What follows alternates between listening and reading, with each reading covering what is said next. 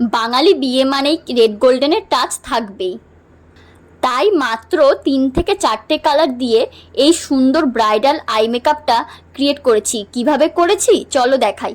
ফার্স্টে একটা small pencil brush দিয়ে ক্রিজের লাইনে একটা লাইট ব্রাউন কালার দিয়ে ব্লেন্ড করছি।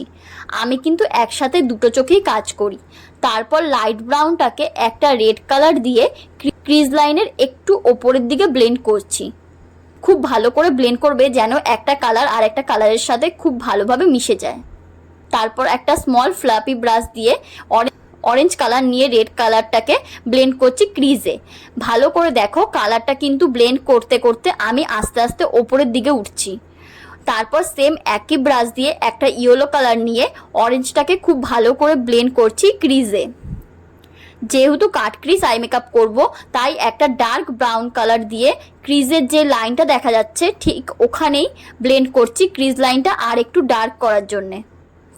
তারপর একটা লিকুইড কনসিলার দিয়ে কাট ক্রিজের যে শেপটা হয় সেটা ড্র করছি একটা ফ্ল্যাট কনসিলার ব্রাশ দিয়ে। আউটার কর্নারে যে হার্শ লাইনটা দেখা যাচ্ছে সেটাকে ফার্স্টে সেই লাইট ব্রাউন কালার দিয়ে ইনারের দিকে ব্লেন্ড করছি। ভালোভাবে ব্লেন্ড করবে যাতে কোনো হার্শ লাইন বোঝা না যায়। তারপর আইশ্যাডো প্যালেটে থাকা একটা গোল্ডেন কালার দিয়ে ফ্রন্টে ইউজ করছি একটা ফ্ল্যাট ব্রাশ দিয়ে।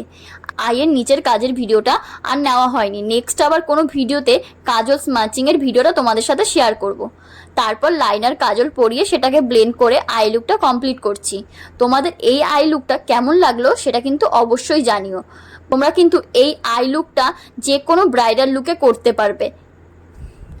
আর একটা কথা বলে রাখি, আই মেকআপে কিন্তু ব্লেন্ডিং মাস্ট। যত ভালো করে কালার ব্লেন্ড করবে আই মেকআপ তত সুন্দর লাগবে দেখতে।